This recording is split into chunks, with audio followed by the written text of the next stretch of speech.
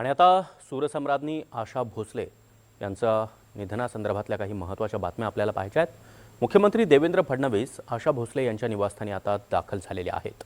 देवेंद्र फडणवीस त्याचबरोबर प्रसाद लाड यांनी देखील आशाताईंच्या पार्थिवाचं दर्शन घेतलेलं आहे।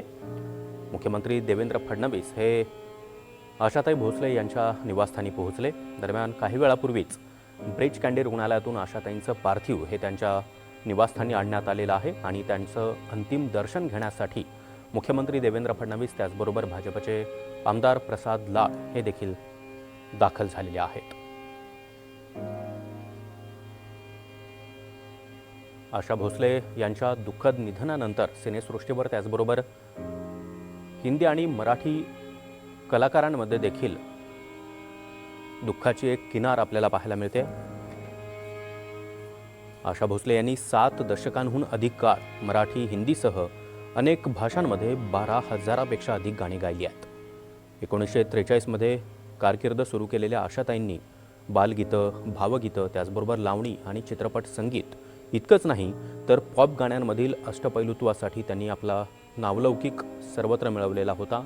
आणि अशाच सूरसम्राज्ञीला अभिवादन करण्यासाठी त्यांच्या पार्थिवाचं दर्शन घेण्यासाठी मुख्यमंत्री देवेंद्र फडणवीस हे आशाताईंच्या निवासस्थानी पोहोचले आहेत। मुख्यमंत्र्यांसोबत प्रसाद लाड हे देखील उपस्थित आहेत। लता मंगेशकर यांच्याप्रमाणेच आशा भोसले या अनेक संगीतकारांच्या आवडत्या गायिका राहिलेल्या होत्या। शंकर जयकिशन, सचिन देव बर्मन, आर.डी. बर्मन, ओ.पी. नय्यर, त्याचबरोबर ए.आर. रेहमान यांसारख्या संगीतकारांसोबत देखील त्यांनी काम केलेलं आहे। अनेक गाणी ही आजही अजरामर आहेत। तर आशाताई आमच्यासाठी ताईच होत्या। ठाण्यावर आशाताईंचं एक विशेष प्रेम होतं, अशा भावना परिवहन मंत्री प्रताप सरनाईक यांनी व्यक्त केल्या।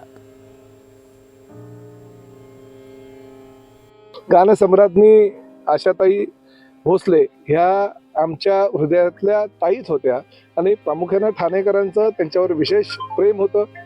आशाताईंचे अनेक उपक्रम आम्ही आमच्या ठाण्यामध्ये, मीरा भाईंदरमध्ये, मुंबईमध्ये राबवलेले आहेत आणि एकनाथ शिंदे साहेबांवर तर त्यांचं विशेष प्रेम होतं। म्हणजे किंबहुना ज्या ज्या कार्यक्रमाला आम्ही त्यांना बोलवायचो त्यावेळेस एकनाथ शिंदे साहेबांचं ते कौतुक करायचे की राज्याला लाभलेला एक सर्वसामान्य कार्यकर्ता हा मुख्यमंत्री झालेला आहे, एवढं प्रेम आशाताईंचं त्यांच्यावर होतं।